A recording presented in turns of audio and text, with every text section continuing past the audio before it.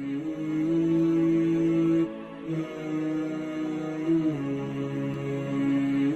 باللہ من الشیطان الرجیم، بسم اللہ الرحمن الرحیم۔ آج میں آپ کو بتاؤں گا کہ ذوالقرنین انسان تھے یا فرشتہ۔ ان دنوں یوٹیوب کے اوپر ایک سیریز چل رہی ہے، فرقان قریشی نام کے ایک شخص اس سیریز کو چلا رہے ہیں۔ ان کا نظریہ ہے کہ ذوالقرنین انسان تھے لیکن نبی نہیں تھے۔ انہوں نے بہت تحقیق کی، ان کی ہر تحقیق کی میں داد دیتا ہوں، انہوں نے غیر معمولی کام کیا ہے، لیکن وہ تحقیق میں تو کامیاب ہو گئے، لیکن اس تحقیق کا نتیجہ نکالنے میں وہ ناکام ہو گئے، تھوڑا سا چوک گئے۔ وہ کہتے ہیں کہ انسان تو تھے لیکن نبی نہیں تھے۔ ایک حدیث پیش کرتے ہیں، اس حدیث کی بنا پر ان کی تحقیق کو روک دیتے ہیں۔ اس حدیث کا نتیجہ کیا نکلتا ہے؟ وہ حدیث حضرت عمر رضی اللہ تعالیٰ عنہ کی اور حضرت علی رضی اللہ تعالیٰ عنہ کی اور رسول پاک صلی اللہ علیہ وسلم کی، تینوں کا قول پیش کرتے ہیں۔ پہلے حضرت عمر کا قول ہے کہ وہ فرشتہ تھے، اور کہتے ہیں کہ حضرت علی کا قول ہے کہ وہ نہیں تھے، اور آخر میں یہ کہتے ہیں کہ رسول پاک صلی اللہ علیہ وسلم کا قول ہے کہ انہوں نے کہا کہ میں نہیں جانتا کہ ذوالقرنین یا نبی تھے یا نہیں۔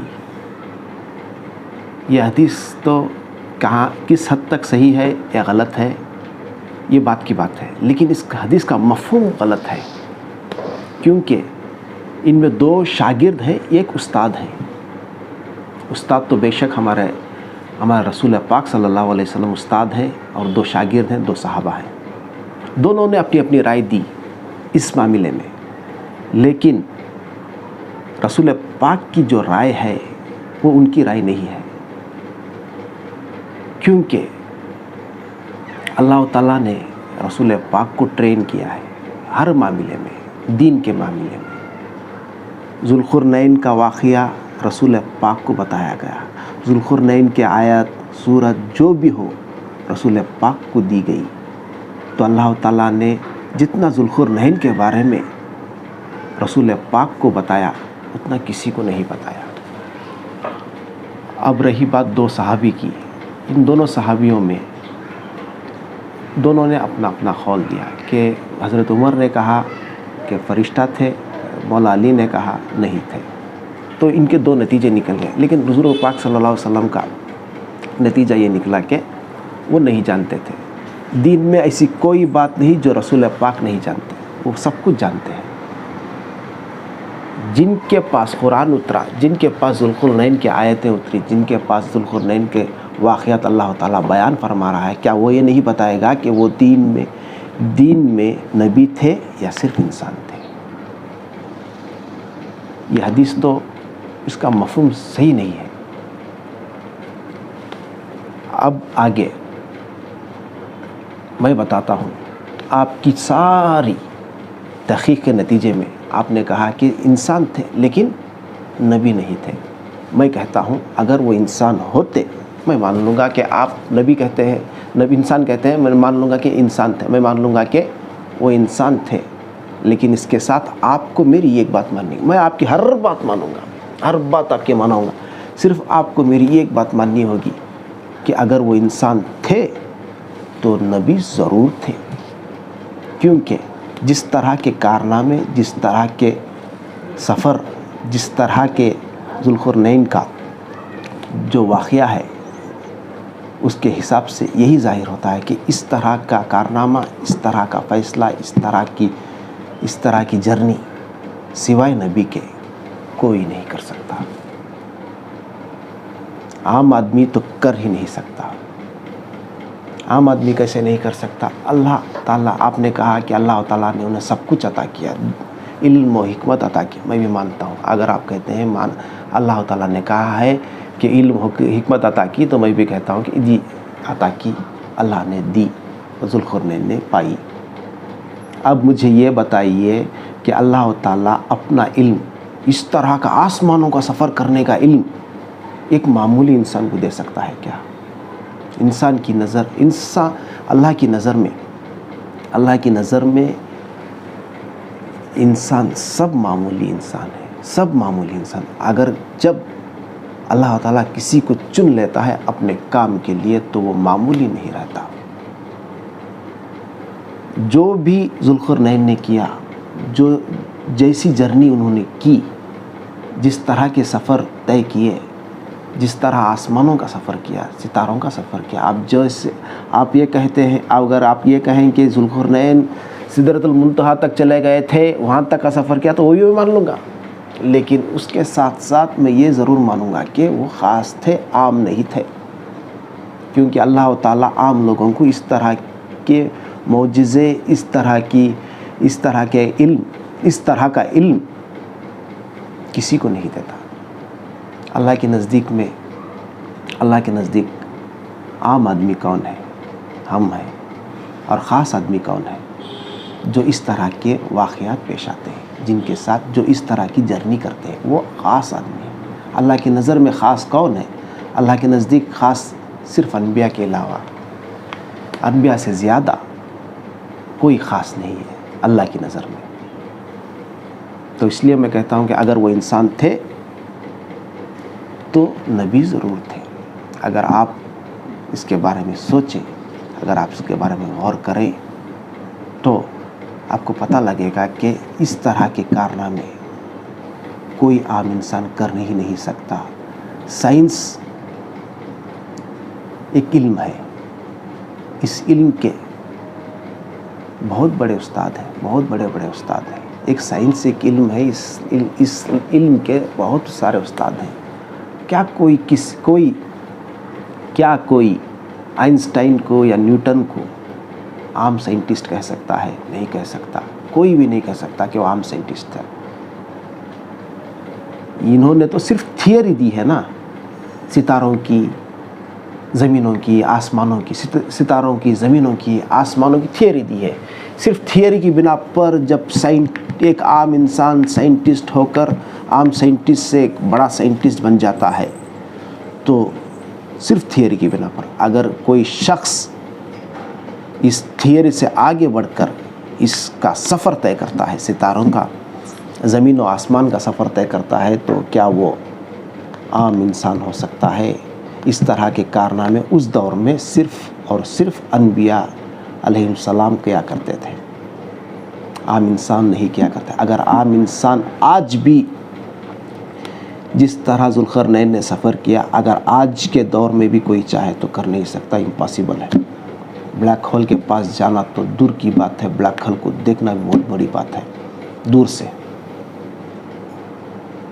سائنس ہماری اتنی ترقی کر چکی ہے، لیکن پھر بھی اس طرح کا سفر جس طرح کا ذوالقرنین نے کیا وہ کرنا امپاسبل ہے.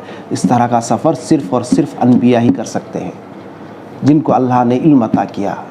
جس کو اللہ تعالیٰ علم عطا کرتا ہے وہ کوئی عام نہیں رہتا، خاص ہو جاتا ہے، وہ نبی ہو جاتا ہے. اور میرا نظریہ یہ ہے کہ ذوالقرنین انسان نہیں تھے، وہ ایک فرشتہ تھے. میرا نظریہ ہے یہ برابر فٹ بیٹھتی ہے ان کے اوپر بات، ذوالقرنین کے اوپر، کہ وہ فرشتہ تھے. برابر پکی بات ہوگی اگر میں کہوں کہ ذوالقرنین فرشتہ تھے. ذوالقرنین ایک فرشتہ تھے. میں کہتا ہوں، میرا نظریہ، میں ثابت کر سکتا ہوں کہ ذوالقرنین فرشتہ ہی تھے. وہ ایک انسان سے زیادہ تھے اس زمین کے اوپر. آپ نے کہا تھا کہ وہ آسمانوں سے کوئی آتی ہوئی چیز پچھلے زمانوں کے لوگوں نے ڈرا کی ہوئی ہے، تصویریں بنائی ہے. ہاں ٹھیک ہے، میں مان لیتا ہوں کہ آسمان سے آئے تھے ذوالقرنین، کوئی دروازہ کھول کر آئے تھے. اگر آسمان سے آئے تھے تو اس کا مطلب یہ ہے کہ وہ اس زمین پر پیدا نہیں ہوئے تھے. اگر اس زمین پر پیدا ہوتے تو ان کو آسمانوں سے آنے کی ضرورت نہیں پڑتی. اگر پھر بھی آسمانوں سے آئے تھے تو اس زمین کے علاوہ آپ کہتے ہیں کہ وہ انسان تھے. اگر اس زمین کے علاوہ آپ کہیں بھی سائنس کے حساب سے ہو یا دینی لحاظ سے آپ مجھے یہ کہ انسان ثابت کریں اس زمین کے علاوہ.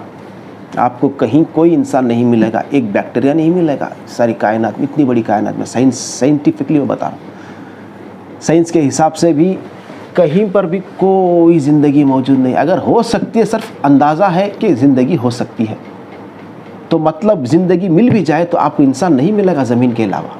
تو وہ کہاں سے انسان ہو گئے؟ آسمان سے آنے والا انسان نہیں ہو سکتا، آسمان سے آنے والا فرشتہ ہوتا ہے. کیونکہ اللہ تعالیٰ نے فرمایا ہے قرآن میں کہ فرشتے آیا کرتے تھے آسمان سے زمین کے اوپر. کس کے لیے؟ انسانوں کی مدد کے لیے. کس طرح کتنے جنگوں میں اللہ تعالیٰ نے فرشتوں کے لشکر اتارے آسمان سے. کس کے لیے؟ آسمان سے اتارے زمین کے اوپر انسانوں کے لیے، انسانوں کی مدد کے لیے.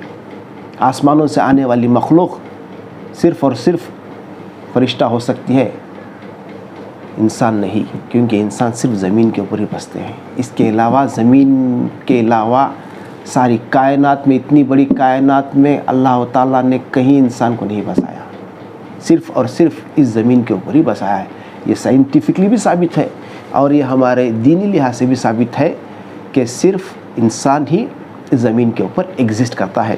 اس زمین کے اوپر سب سے اچھی مخلوق انسان ہے. انسانوں میں سب سے اچھا انسان کون ہے؟ وہ انسان جس کے پاس ایمان ہے. اگر انسان چاہے جتنا بھی اچھا ہو، اس کے پاس ایمان نہیں ہے تو وہ انسان اللہ کی نظر میں اچھا نہیں ہے، برا ہے. اگر وہ مشرک اور کافر نکلا تو اللہ کی نظر میں برا ہے، دینی لحاظ سے برا ہے. انسان تو اچھا ہے لیکن دینی لحاظ سے وہ مشرک اور کافر نکلا تو اچھا نہیں ہے.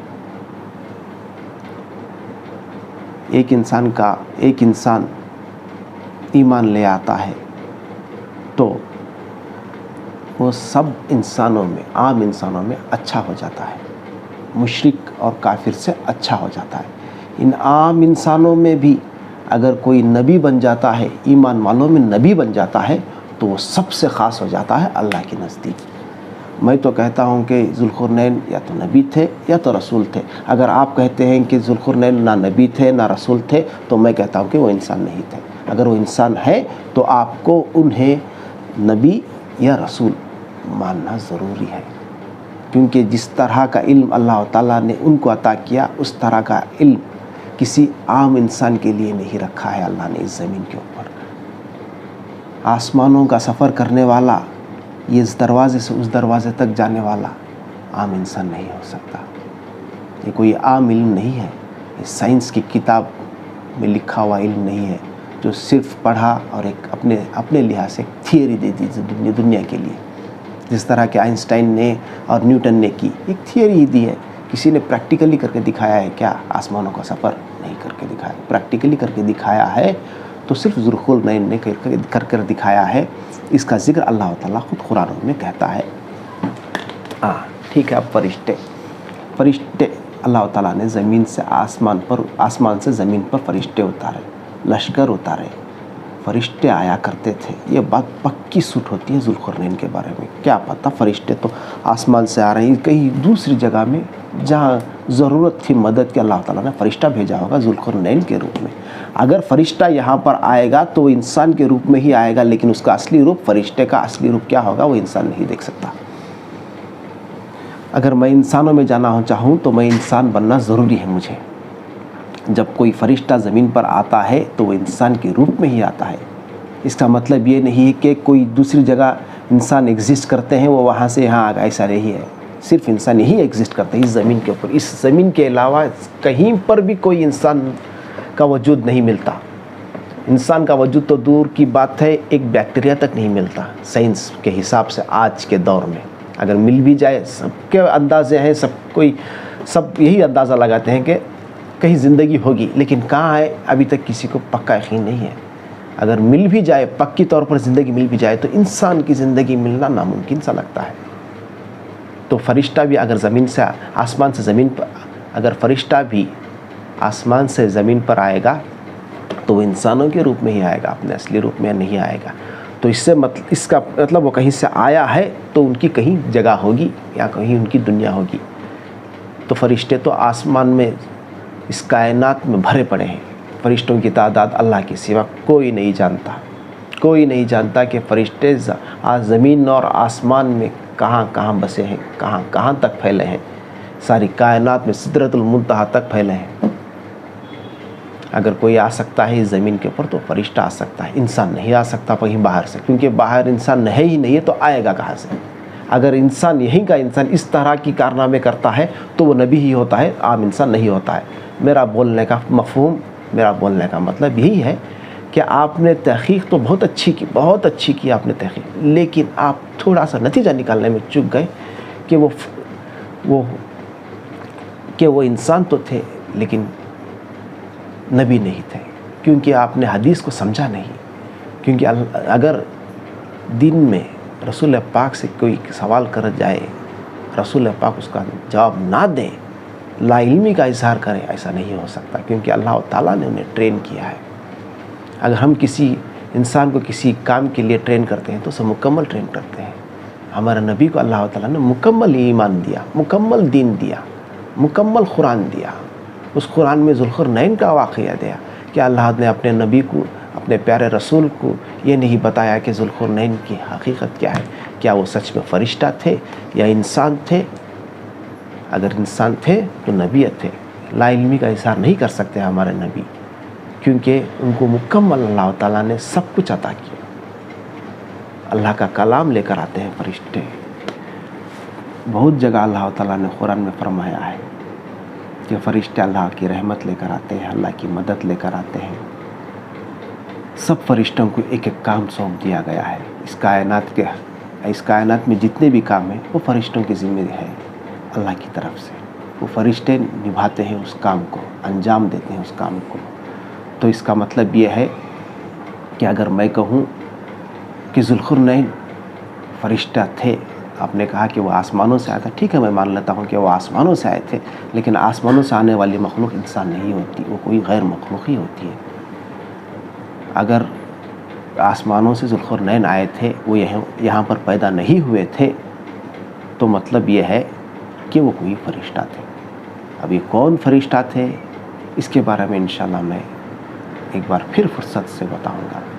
اسی لیے میں کہتا ہوں کہ میں آپ کی تحقیق کو اور آپ کے جو کام ہے آپ کا، اس کی تعریف کرتا ہوں۔ بھول چوک سب سے ہو جاتی ہے، لیکن آپ تھوڑا چوک گئے نتیجہ نکالنے میں، کیونکہ آپ نے حدیث کو اینڈنگ پوائنٹ بنا لیا۔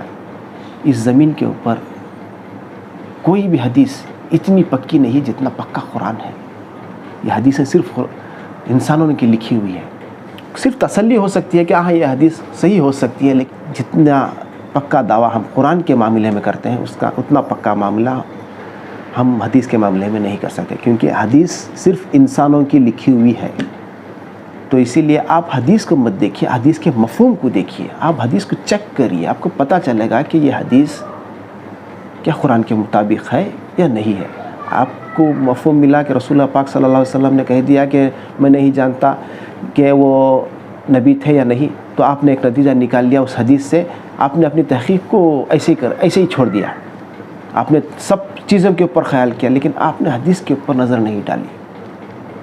وہ حدیث صحیح ہے غلط ہے وہ بات کی بات ہے، لیکن حدیث سے جو آپ نے نتیجہ نکالا، جس طرح کے کارنامے ذوالقرنین سے ظاہر ہوتے ہیں، اس طرح کے کارناموں سے پتہ چلتا ہے کہ یہ کارنامے، اس طرح کے سفر، اس طرح کی جرنی ایک نبی ہی کر سکتا ہے، عام انسان نہیں کر سکتا، یہ امپاسبل کی بات ہے۔ اسی لیے میں کہتا ہوں کہ کوئی بھی نتیجہ نکالنے سے پہلے، خاص طور سے دین میں، ایک آپ حدیث لیں گے، اس حدیث کو چاہے سامنے والا کتنی بھی صحیح حدیث کیوں نہ کہے، اگر وہ حدیث جب تک آپ قرآن سے چیک نہیں کریں گے تب تک آپ کو پتہ نہیں چلے گا کہ وہ حدیث صحیح ہے یا غلط ہے۔ سامنے والا اگر اس کو حدیث کو ضعیف کہے، موضوع کہے، جو چاہے کہے یا صحیح کہے، اس کا فیصلہ صرف قرآن سے ہی آپ کر سکتے ہیں کہ وہ صحیح ہے، غلط ہے، موضوع ہے یا پھر ضعیف ہے، موضوع ہے، گھڑی ہوئی ہے، جو چاہے آپ کہہ لیں، لیکن صرف اور صرف اس زمین کے اوپر کائنات میں اللہ کا کلام یہ پکا ہے، جس کے اوپر ہم آنکھ بند کر کر فیصلہ کوئی بھی لے سکتے ہیں۔ اللہ نے کہا ذوالقرنین کے بارے میں، تو مطلب ذوالقرنین صحیح میں ایگزسٹ کرتے تھے ایک زمانے میں اس زمین کے اوپر۔ یا پھر کہیں اور اس کائنات میں ضرور ایگزسٹ کرتے ہیں، یا پھر آپ کہیں گے یہ زمین ہو یا کہیں اور ہو، لیکن تھے ضرور، یا پھر وہ باہر سے آئے تھے یا پھر یہاں سے کہیں گئے تھے، لیکن ہوا تھا ضرور، کیونکہ اللہ نے کہہ دیا کہ ایک ذوالقرنین نے ایسا ایسا کیا، ایسا ایسا کیا. بس آپ جو چاہیں کہیں، میں سب کچھ مان لوں گا، لیکن آپ یہ ایک بات نہیں مان سکتا، کیونکہ آپ نے نتیجے میں یہ کہہ دیا کہ ذوالقرنین ایک عام آدمی تھے. عام آدمی نہیں تھے، وہ ایک نبی تھے. تو آپ تھوڑا سا اپنی تحقیق کے بارے میں تو پرفیکٹ ہے، لیکن آپ نتیجہ نکالنے کے بارے میں پرفیکٹ نہیں ہے. انشاءاللہ میں آپ کو اگلی دفعہ یہ کون فرشتہ ہو سکتا ہے، ذوالقرنین اگر فرشتہ ہوتے تو وہ فرشتہ کون سا ہو سکتا، میں آپ کو بتاؤں گا انشاءاللہ. اللہ حافظ.